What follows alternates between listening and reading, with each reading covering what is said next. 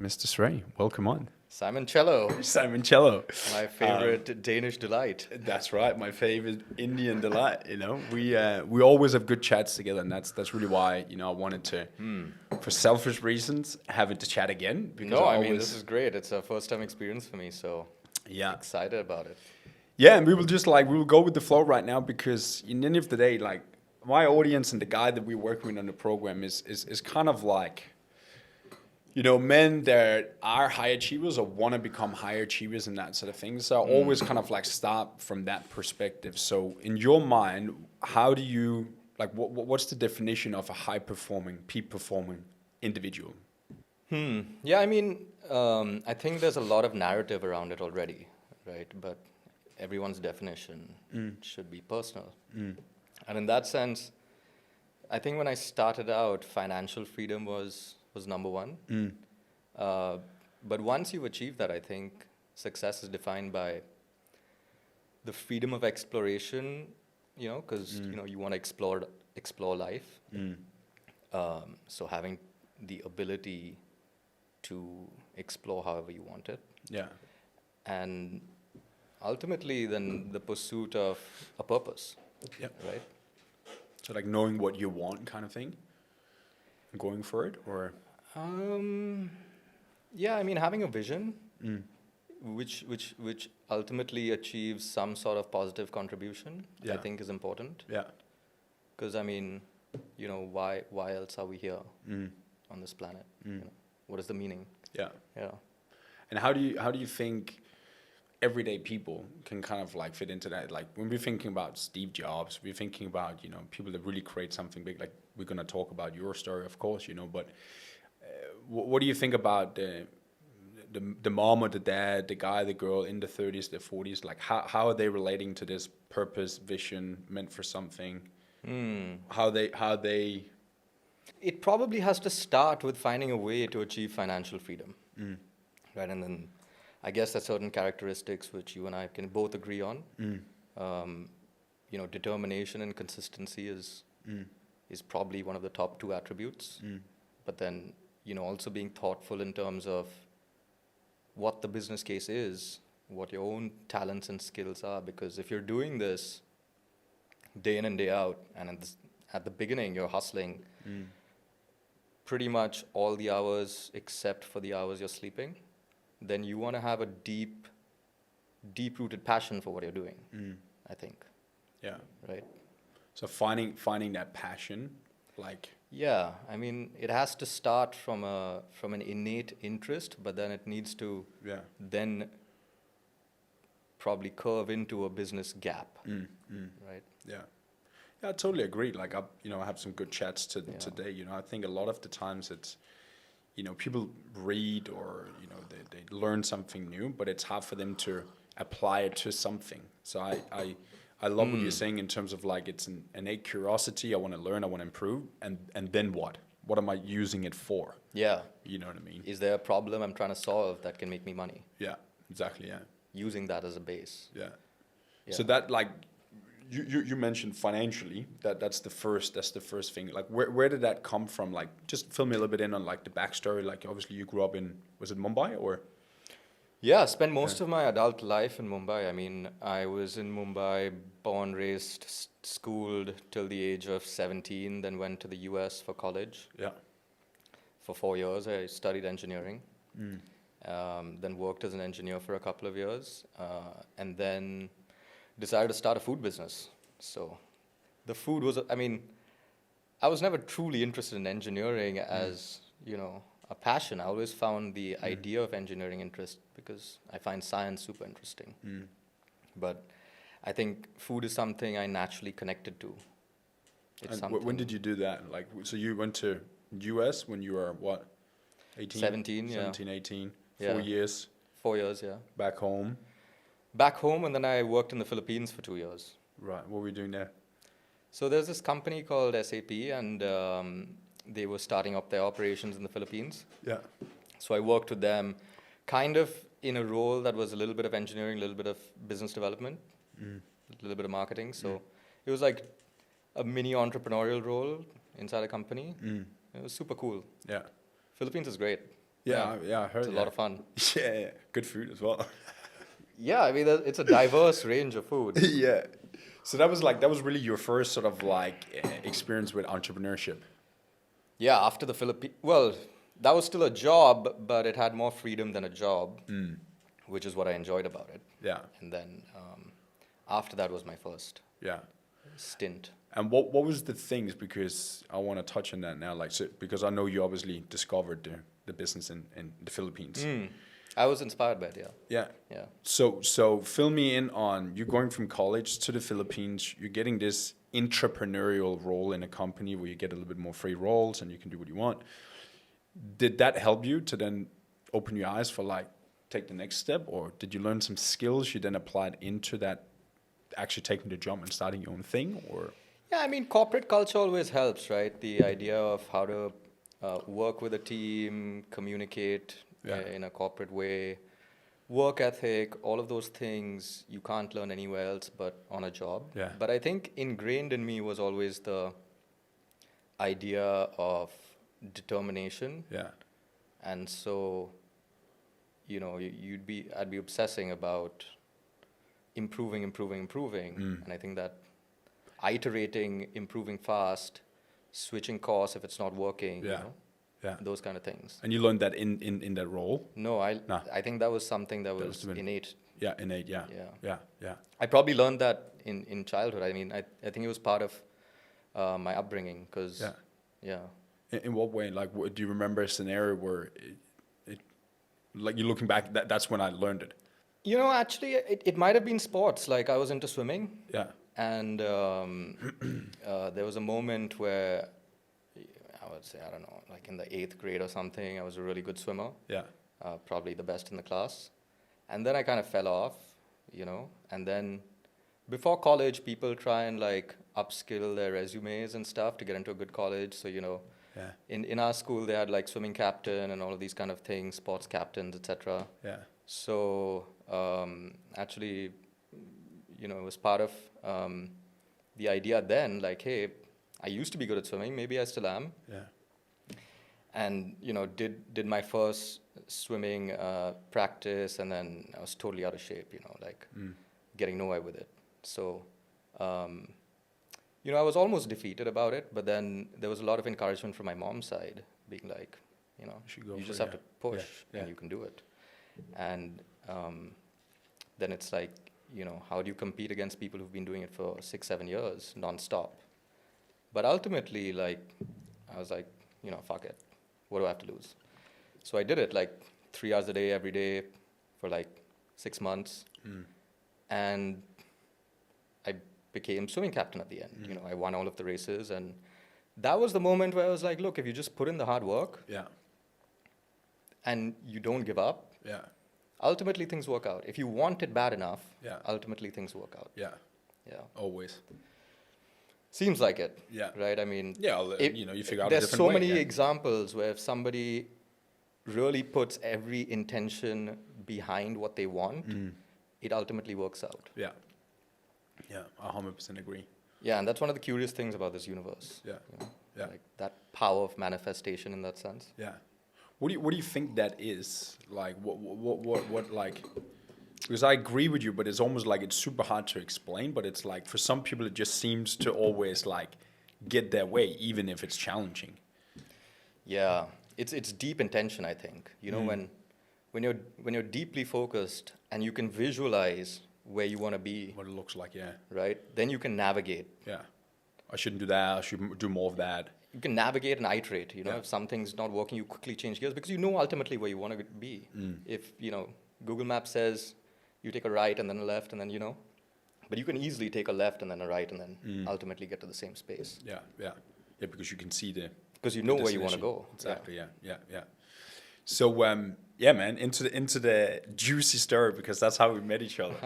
I met you at the gym. A lot of juicy stories. Oh, I love. Yeah, there's a lot of them. Yeah. Some of them probably better off camera, Oh, but we'll see. We might get into them. But I think I've seen you at the gym a couple of times. You're flying back and forward from India. That's how you always do Bali. So I think it was I just got back. You just got back, and it was like 6-7 o'clock on a Friday night. There was not many people in the gym. I remember doing leg press, and then you walked past, and then we just started chatting. And that's when you like humbly said, I was like, "Oh, it's amazing, good to meet you, blah blah blah. What do you do?" And you're like, "I'm running a food, like a food. I think you said it's like a food shop or a food thing, like." I might have said food chain. No, because I saw it as like you just had one shop, Oh, yeah, you know yeah. what I mean? And then I'm like, oh wow, like you just have a shop, and you like you went Yeah. on and explained what it was. So what happened in the Philippines? Well, I knew I was coming back because I was about to get married, and it wasn't gonna be long term in the Philippines anyways. So at that point, I was looking for inspiration on what to do next, and I knew I wanted to do something on my own. And the Philippines is interesting because it's got a lot of these little food carts all over the place. I mean, people in the Philippines, they love eating out. So, and they And love, what is food cars like small pop-up shops? yeah, like sort of little, thing? little like kiosks Corner- and stuff, corner, you know. yeah. And they blow all of their money on like food and shopping and everything. It's great. So, in a mall, I walked by this little waffle cart, and I don't eat a lot of sweets. But the smell of a freshly baked waffle, Yeah. that attracted me. Wow.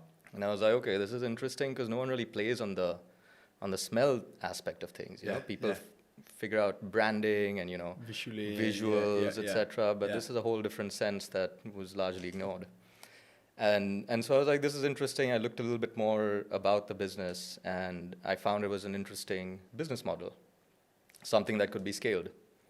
And India at the time didn't have a lot of dessert options, so this was ultimately a dessert option for people in a way that could be scaled. Yeah. So yeah, and then Do you have like Dunkin' Donuts and so Starbucks they came. and stuff? Yeah, they came after I started. Right. Okay. Right. So when I started, there was not much. There was maybe like Baskin Robbins, Right. Yeah. So it was just ice cream, like. Yeah. So then you saw it over there, and then did you go immediately back to India? Yeah. Yeah. Yeah, I went immediately back to India, then, worked on the concept, on the recipes, did like trials at home with a chef. Wow. And then started calling up vendors, packaging, did the branding, started a little shop. I mean, it's not that difficult to start a food shop, so started a tiny little kiosk in a cinema. Yeah. And it was like, we had lines on day one. So I was like, wow. yeah, I was like, okay, this could have potential. Could be something, yeah. And, a lot of things broke, and then, there's so many challenges you have to overcome. Yeah. But then ultimately we opened our first store in a prime area of Bombay. Yeah. On the main road. Yeah. It's like a little cafe. Yeah. And that was also an instant hit. Like, we had lines outside the store. And from that, then we started franchising. And then, before we knew it, we were opening 10 outlets a month. It's insane. Yeah. It's insane. So just quickly take me back, because I'm still blown with these sort of stories. I love that. So you smelled something in the Philippines. Literally smelled something, yeah. You figure out that could be a good idea. You then go back. Is that your engineering mind that then puts things in place? I think there was a lot of engineering behind it, because for a concept to scale, you have to really understand how the supply chain scales. Right? You can't scale a Michelin star restaurant easily, because it's harder to duplicate. So the trick is finding something that a customer will appreciate, but doing it in the simplest way possible. Yeah. And that is ultimately business success, if you're looking at it. Yeah. I mean, because at scale, your complexity just increases like 10x, 100x. Yeah. Right? And you have like 20 moving parts. Yeah. You are multiplying those 20 moving parts by 100x. Yeah. But if you have like 5 moving parts, yeah, then your complexity is far less. Yeah. You obviously you know McDonald's, but like, have you watched the movie, The Founder? Oh, I love that movie. It's amazing. Such a sick movie. It's man. amazing. I actually learned something from a movie, which I put into business. Yeah. Yeah. What is that thing? So McDonald's used leverage with their franchisees, and the leverage they used was owning the piece of land. Yeah.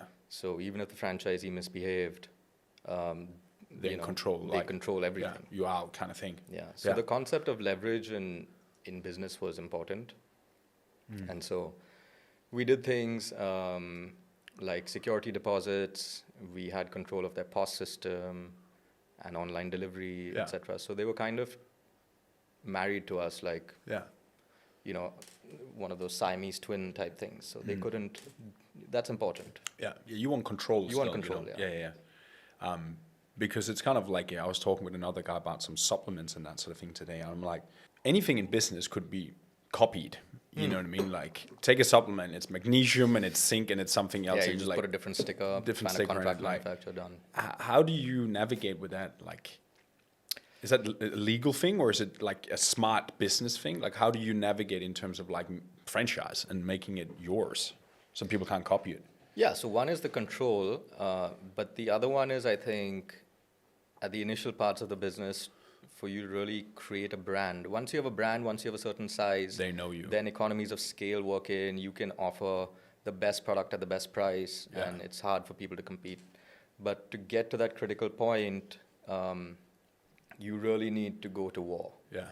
Yeah. You know, like capture market share, Yeah. basically do whatever you can to eliminate competition. Yeah. You know, and obviously the right ways, but Yeah. And how many years were that over from the Philippines to starting the first shop to then having 10 a month? How long is that time frame? maybe 6 months to start the first kiosk. What are you doing there? You working day and night, just testing, doing things, or is it pretty simple? Yeah, I or mean, I was like- very focused on quality and getting the right supply chain in place, right? Yeah. Because I don't want to start putting like gold leaf and stuff, you know, things No. that are imaginarily good, but they don't scale well and they don't offer value. So it was optimizing, Yeah, right, for 6 months. yeah. What are the things you need then? Like you need the waffles, and then you need the machines, or like what is the Yeah, I mean, complexity in that? you need the waffle, you need the recipe, you need Yeah. a person who can make the waffles for you, like Yeah. in the sense, you know, ingredients. Yeah, You need the fillings, you need the toppings, Yeah, you yeah. need, you know, paper napkins, cutlery, paper cups, yeah. waffle machines, Are different they kinds of making all that machines. now at the restaurant or at the cafe, or is it a little bit like McDonald's? It just comes in big boxes. Yeah, the model is like McDonald's because you want to keep the cafe small Yeah, and tight. in and out. Yeah, yeah, because otherwise you have to take a big space for rent yeah, and pay a lot for rent when Yeah. it's just mostly storage and yeah. kitchen. So then you have what, like a factory somewhere in India Yeah. that does majority of it. Yeah, interesting. And so when is that? 6 years ago now? How long is that? 8 years ago now. 8 years. Yeah. And you exited that majority now? Like you're not into operation or anything anymore, or? So I'm majority owner. Yeah, We sold a minority stake to a private equity, yeah, and the company is professionally managed. So we have a professional management team, a professional CEO. Yeah. So my involvement is very small at this point. yeah, It's mostly oversight and Yeah. governance. yeah. Yeah. And how many people is there in the whole umbrella right now of the company? Yeah, probably like 1,300. 1,300. Yeah. And that's with the franchise owners and their. No. Just our full-time staff is about 12, Wow. 1,200, 1,400. I mean, it's hard for me. I don't really keep track of. Yeah, of course. But like in that round there, yeah. Yeah. Yeah, that's insane. That is, something that's very fascinating for me. It's like you take a idea and you turn it into something like that. Like for me, even I'm quite aggressive in terms of like what I want for myself and what I could see could be possible. But even me, when I'm looking at these sort of things, it's out of my thinking. Yeah, Like, I how mean, do you even do that? it's- Put that many people together and CEOs and selling it to equity. Like that's, for me, that's business. You know what I mean? At the end of the day. But you never imagine these things when you start out. No. Right. At the time you're doing it, it's maybe one of 3 decisions. Yeah. But if you imagine it from the outset, it's like, okay, one of like 10,000 decisions. So You gradually grow Yeah, into yeah. the next thing. Yeah. Yeah. Yeah. Makes sense. Yeah. Yeah. So you're in Bali here right now. How long have you been in Bali for now? we in Bali right now. We are. Yeah, so you're in Bali. Yeah. I don't know. It's a studio somewhere. We can pretend. There's a beach out there somewhere. Yeah, exactly. There's actually a beach out here. So yeah, you've been in Bali on and off for the last 2 years, sort of thing. Yeah. Last 3 years, I think, in and out. Yeah. like, a couple of months here, a couple of months back in Yeah. India, a couple of months traveling elsewhere. Somewhere else, yeah. Yeah. Yeah. What has Bali as a place giving you from a lifestyle standpoint, a personal development standpoint, just freedom, what you really were after? What has Bali given you? What I love about Bali is the sense of wellness and the sense of adventure, Yeah. right? It's exciting and it's calming, it's Wholesome, yeah, rejuvenating, yeah, yeah. It's wholesome, yeah. Yeah. So that's a very unique combination. I don't know which other place gives it in It's true. that perfect balance. Yeah. It really is true. Yeah. Like you feel really good, like when you just drive home from sunset Yeah, and it's- you grab some food on the way home, Yeah. like you feel really like Even though there's traffic, yeah, yeah. it It's still true. feels great. Yeah. I think I heard somewhere that actually because Bali is placed somewhere on the globe, it's there's some- Geographically, yeah. there's something with the energy and like that's why people feel a lot more calming here. Yeah, so I think it's like kind of on the Ring of Fire, which is the area, it's like a certain latitude around the world, which is closest to the Earth's core, and that's why there's a lot more activity. But that also probably might mean that there's a lot more energy from the Earth's core coming here. Yeah. You feel it, you know, like Yeah. you're close to I mean, nature in the yeah. end of the day. We're close to what There's something, where we're coming from, yeah. Yeah. Because What about you? I mean, what drives you to? I mean, I know you're leaving, but what's the deal with that? I actually don't know. I think, I have this like I'm very, routine oriented person. So I'm not just like backpacking traveling around like Routine people. sets us free, man. I love that. I love my routine. So when I moved from Denmark to Australia, like I was in Melbourne for 6 years. I did a bit of travel around, but like I was there working. Like I was still doing the same thing as I'm doing here. So what was your question again? Like why did I leave? I mean, what draws you into Bali, and are you leaving or are you gonna stay? Yeah, I'm gonna come back again for sure. I think what drives me right now to move on, it's like purely from a business standpoint. Yeah. Purely, like Yeah. I'm like Bali is not very good for business. I don't think so. It's very wholesome. It feels good, and you and I we meet each other, but like I just don't. It's hard to grow from here. I think so. Yeah. Like No, that's even true. though even though I feel like I've grown a lot the last year, like a lot from an entrepreneurial standpoint and Yeah, thinking. personally, Yeah, yeah. personally. Yeah. But I think it's almost like there's this like invisible Yeah, there's a ceiling. environment Yeah. that holds you in one place, Yeah. and I'm just like so curious to see jumping to Dubai now or jumping to Yeah. the US. Poof, like what would happen to Yeah. that like pressure that's inside me to just Yeah. like explode?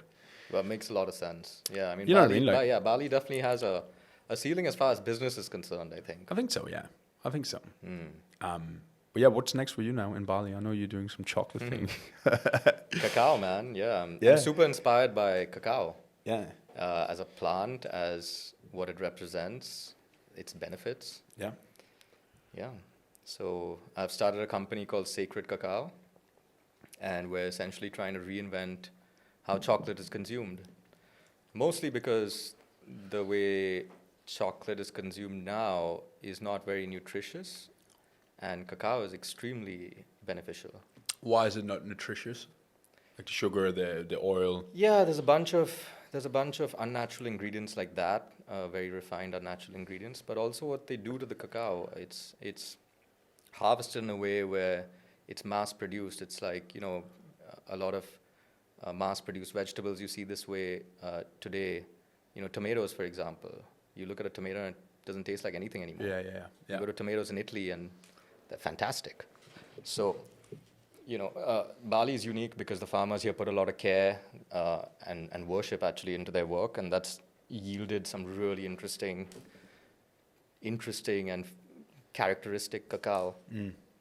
But the other thing is that when chocolate producers make chocolate, they alkalize and heat cacao to a level where most of the beneficial agents are destroyed because these are all heat sensitive, like antioxidants, flavonols. These are incredible for your brain health, for your heart health, for aging, and those are all heat sensitive and they get destroyed. They heat the cacao up so high that all of this is kind of destroyed. Yeah. So what we do is we call it raw chocolate. So we process it at a far lower temperature, and we use completely plant-based natural ingredients, unrefined ingredients, that are largely found in Indonesia and local. And yeah, we're hoping for that to be a new chocolate experience. It's amazing. So is that again the business mind that goes into it? Like obviously it's almost like it seems like you're a little bit more passionate almost Yeah, with, yeah. with this thing here. Yeah, this is a total passion project. I Yeah. mean, Bali is a small market, and we're focused on really building the brand in Bali because our cacao is from Bali, and it's important for us. But yeah, so I'm taking it easy. I'm not like hustling like I did before. But at the same time, chocolate has infinite scale. Yeah. So I didn't want to cap myself from a business model point of view. Yeah. But obviously, the location is such that You can it's going to take grow time. there, yeah. You can validate the offer basically here. Yeah. Yeah. Test, iterate here, perfect it, and then, Yeah. it's scalable. Yeah. You can export chocolate. I mean, you Yeah. know. I love that. Yeah. Like I love the way you're thinking from that because, I never saw myself as an entrepreneur, to be honest. Like I would never wanted to Yeah. work for myself. You never wanted to work for yourself? Never been in the cards at all. Wow. Like, and it's so weird to think about today. I could not do Yeah, that I today. can't see you Nah. doing a desk job, man. Nah. I just saw it. Like my dad has always done it. Like my whole family is like sales professional, entrepreneurs, business. Oh, people. yeah? Yeah, they're all. Dude, you'd be a killer fucking sales guy. I'll be like, what's the deal? That's basically what we do. We're in sales. We're selling ourselves. We're selling our, vision and mission to our employees and the people and friends we're around and partners. So I agree. I struggle with that personally, but I do agree that that's a key part of it. yeah. I think so. Yeah. In many ways. And I think, if you're looking at good partnerships and you look at good business partnerships, you almost look at, and you know that better than anybody, you look at the promoter, the visionary, and then you look at the operator. You look at the scaling guy, the guy that can put the numbers together. Yeah. Correct. That's why I think you and I will be good partners in regards Yeah, to that. dude, we're unstoppable. We would. Like, I don't know what we're going to do yet. I'm looking at those ones as I'm drinking. I'm like, we could do something here. Yeah, that Supplements. looks I don't know. interesting. I'm very like supplements. Yeah. There's something in me that I'm like, I would love to have my own supplement one day. Yeah, dude. Something like that. And it's still such a nascent industry, Yeah. because food technology has a long way to go. Yeah. Yeah. To find something that's able to enhance you while not taking away the goodness that it was kind of born with. Yeah. You And know? you make it simple. That's what people want Yeah. in the end of the day. They Yeah. want that instant Yeah, exactly. gratification. Yeah. So yeah. What is your, because I've always, to be honest, like, again, different seasons. You can't judge, what do you say? You can't judge someone's page 14 with someone's page 7. But I've always looked towards you with admiration for your ability to stay calm and your ability to be not bothered, like we figure this thing out, where someone like me, maybe more in the beginning phase of the entrepreneurial journey, is more in the small details and then getting consumed with the problems and the challenges. Yeah. No, I mean, I think that's an evolution because there's no way to. I mean, it's difficult to avoid those traps. It's difficult to always look at the bigger picture. Yeah. But I think what I find useful now is that in a situation where you're stressed, right? There are two options. It's a problem that you're stressed about. Is there something you can do about it? If yes, then make the first step towards that. If there's nothing you can do about it, or if it's unknown, a lot of people stress is like, what if this happens? Well, okay, if what if this happens, is there something you can do about it that makes sense to protect you from the what if? If the cost of that is too high, or there's nothing you can do about it, then simply rationalize with yourself that it's not worth stressing about. Yeah. I think it's a key thing. Yeah, so stress should never linger. If there's something stressing you out like a problem, pick up the phone. Yeah. Solve it. Yeah. But if there's nothing you can do about it, forget about it. Yeah. Yeah. Do you have any mental, like, do you literally just tell yourself that delete, like, don't think about it, like, don't? No, I'm very solution oriented. So if there isn't a solution, then it's like, worrying about, what if the world goes to hell in a handbasket tomorrow? It's an irrational worry. And 99% of the things we worry about don't end up rationalizing. So there's a lot of worry unnecessarily. And if there's necessary worry, then it's important to action. Because that causes stress, man, and stress is like harmful. Like there's so many studies that show how harmful stress is. Right? So I think there's a very good way to be a high productive entrepreneur without having the stress levels that are usually associated with it. And how do you do, like, yeah, how do you do that? Because as you said, like, that's very Yeah, I think it's just being normal. solution oriented. Solution oriented. Yeah. Yeah. Yeah. Yeah. So like literally, again, you being the engineer, like being the practitioner and look at like 1 + 1 is 2. What do I need to do to move that one over? Like, Yeah. be analytical, basically. Yeah. Yeah. Yeah. But on the other side, stop worrying about things that you shouldn't be worrying about. Yeah. Yeah. Yeah. Just execute. Just put one foot forward every day, Yeah. and at the end of like 1,000 days, Yeah. you'll be somewhere. Yeah. Yeah. What would you say is some of the characteristics of you coming up and starting your thing that's allowed you to, like, can you share what's the figures in the business roughly, like the waffle thing? What is that sitting at roughly a year? I mean, hard to put a number behind it, but we have around 500 stores across India. And Yeah, 500, that's a lot. yeah, Man. yeah. So it's a decent business, but I think there's a lot of depth in the Indian market. I think.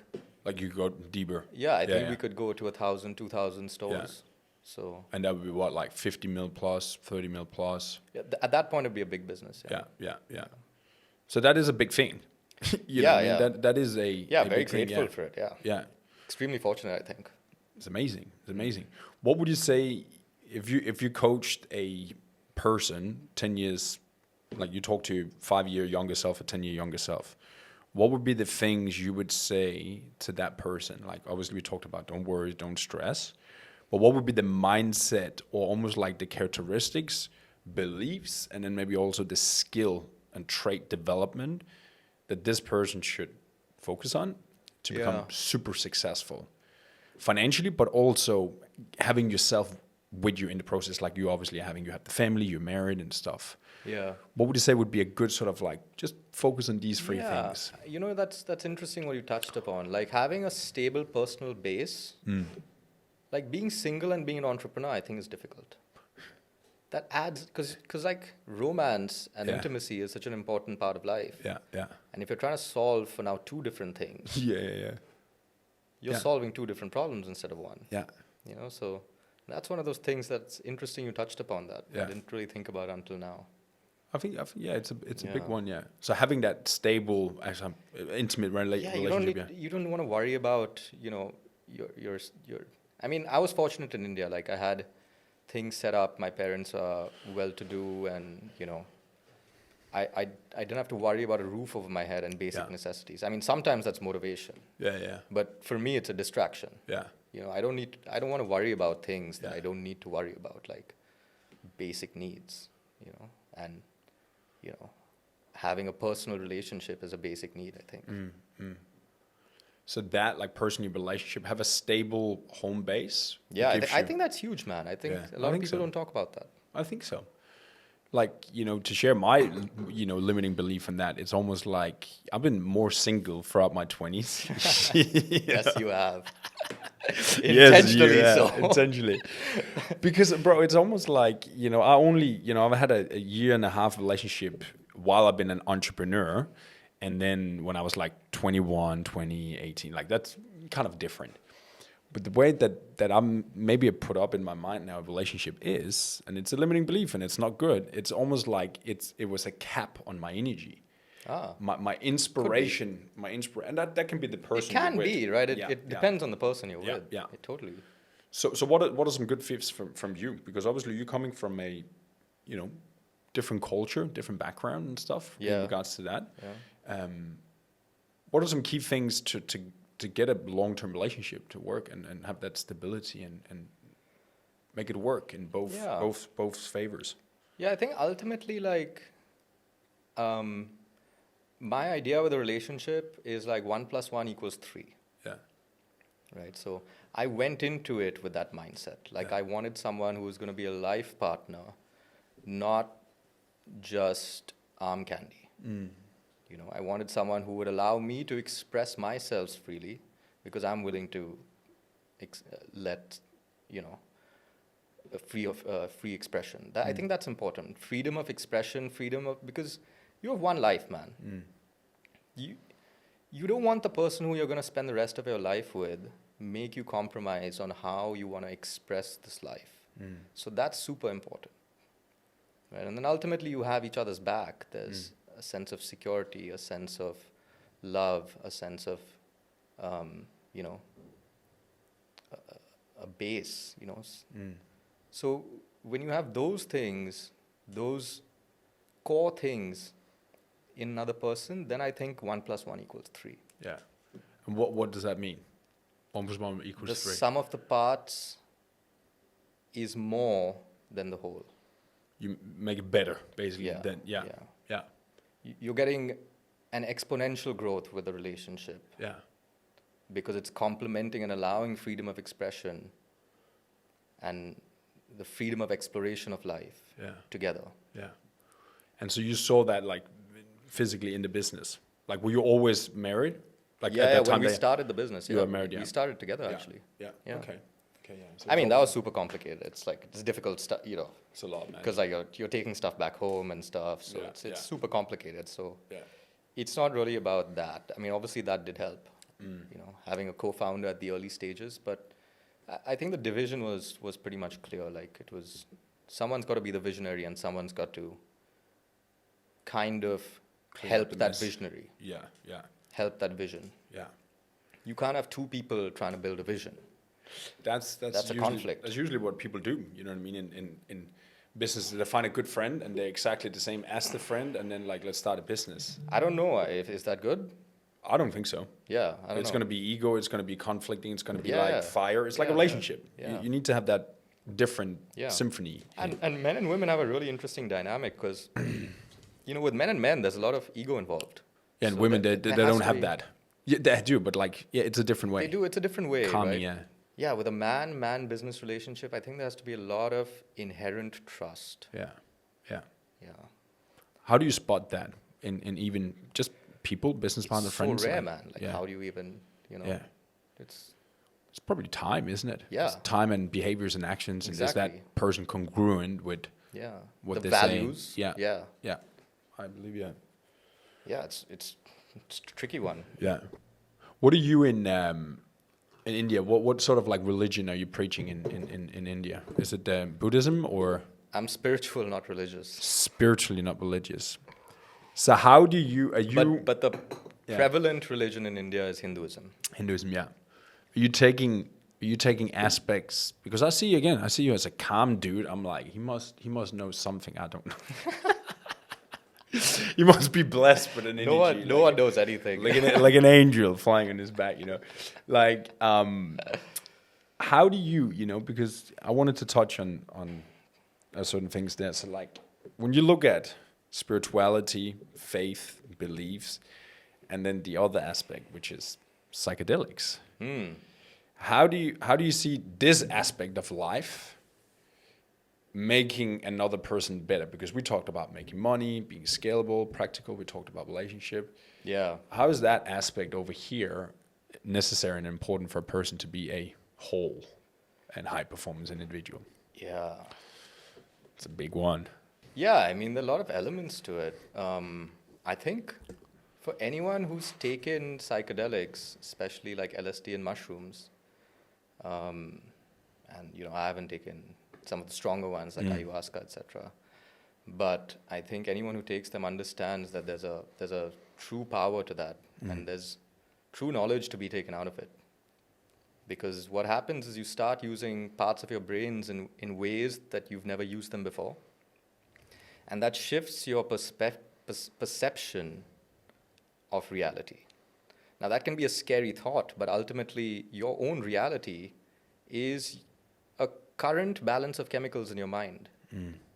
People are born with different chemicals in their mind, so everyone has a different perception of reality. Yeah.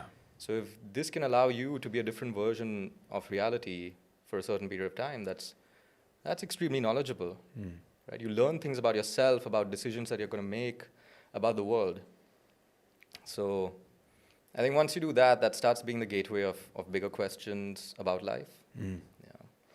What was some limiting beliefs or conflicting belief you maybe had early on growing up, like not like young, but like maybe now the last 5 years that is maybe been shattered by your experience, maybe psychedelics, maybe some of the work you've done on yourself, we're like, that's just not true. That was like a false belief. Yeah, there's so many of those, right? Yeah. I mean, every day there's Yeah. a new thing that's completely. But do you see lie. one big one that kind of like sits out? Like I've had lots of things in you know, I think everybody had that core, you know, being good enough, like these sort of things, like pushing yourself up, fear of public speaking. Like there's a lot of these like universal things.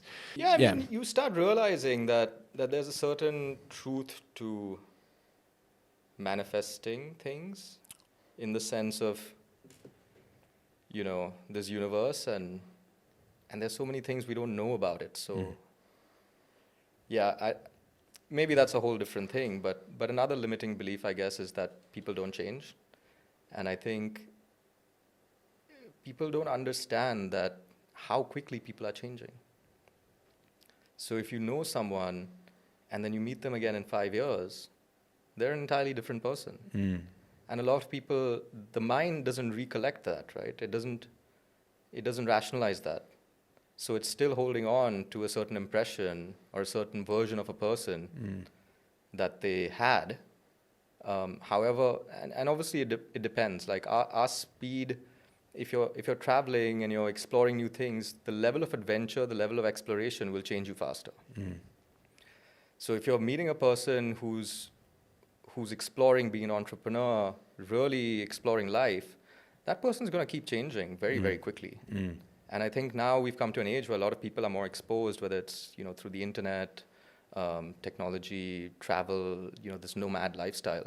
People are changing so rapidly, and I don't think there's a narrative that strongly captures that.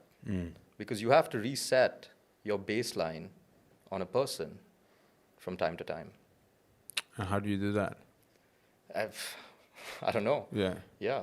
Is it like, because you mentioned like getting out, getting away, like changing your environment, flying, traveling, like, does that help?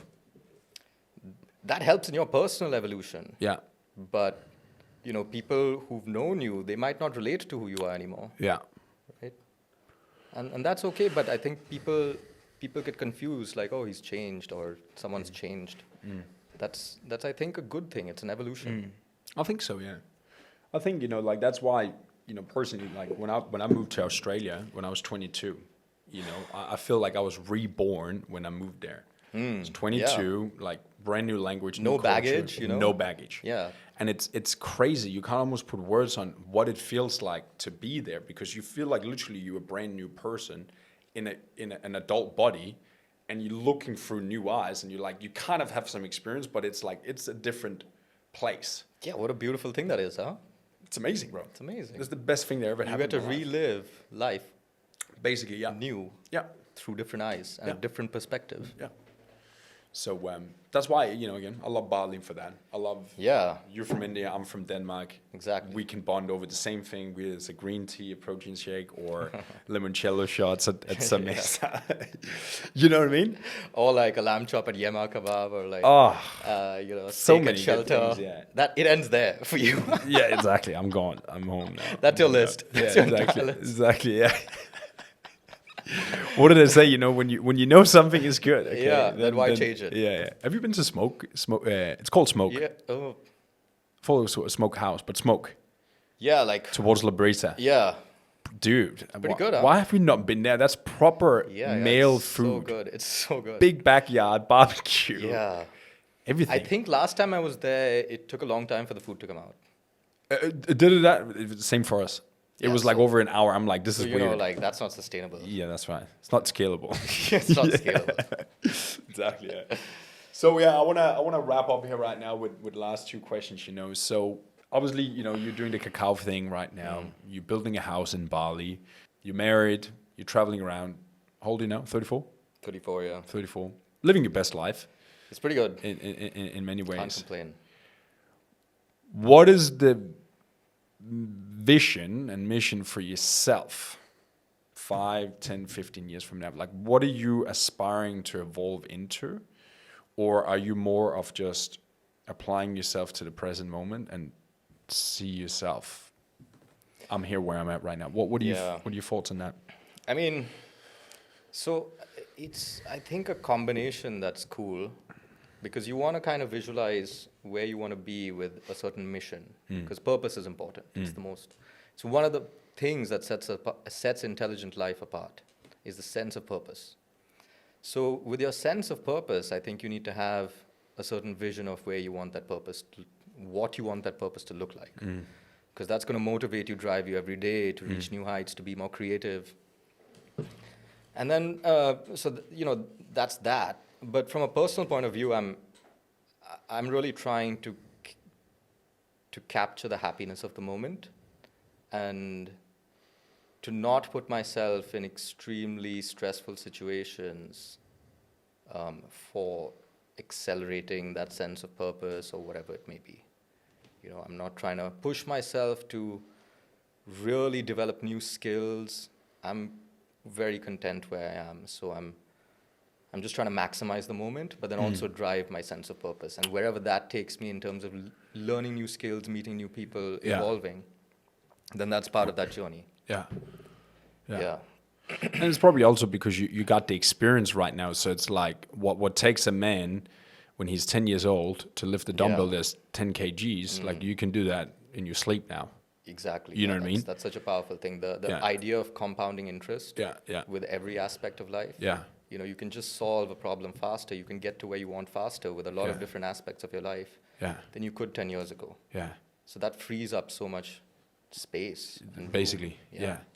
That is interesting. I've always been like, what does Bill Gates or Elon Musk, how do they think? Like, what goes on in their thought when they're looking at, I'm going to get from here to here, I'm going to do this. Like, how does the computer work? If you can afford it, outsource it. Yeah. That's like one of the best things to do. Yeah. I think. Get it off your plate. Get it off your plate. Yeah. Give it to a specialist. Yeah. If you can afford it. Yeah. Yeah, but I heard that, like entrepreneurship is basically about becoming good at something, and then as quickly as possible, like push it over, understand it, push it over, understand it, push it over. Yeah. But keep that sense of vision and purpose. Yeah. Purpose and vision, It's something that goes again and again and again. Dude, that's it, man. I think that's the most important thing. Yeah. What's your purpose right now? Well, with the cacao business, that's, we touched about that earlier. I think there's a lot of room to create a new experience. And I love the idea of creating brands, creating things in new ways. And so I guess in some sense, that's my sense of purpose. And it happens to be food, which I deeply connect with. So yeah, love that, bro. Last thing, what does the word power means to you? It means Simon. It means Simon. I just came up with it, but like... It's great, man. I fucking love it.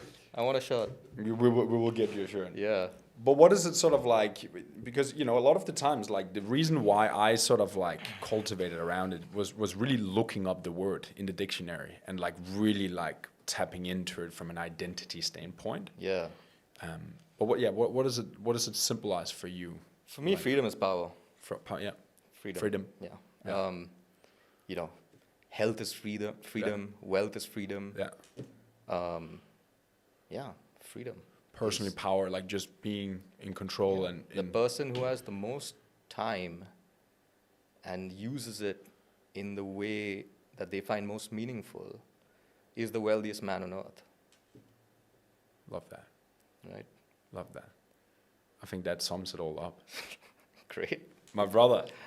I knew it would be good. I knew it would be... Yeah, dude, I had a good feeling about this. Yeah, no, it's good. Like I always like when we chat together in this bar area and stuff. It's the same as now. Yeah. It's just like it's just some people you can just talk with for hours, and you just like it's almost like you're on a psychedelic neurosis. It's like just a journey. You take it to the next thing. So appreciate it, my friend. Thank you so much. Thanks for having me, bro.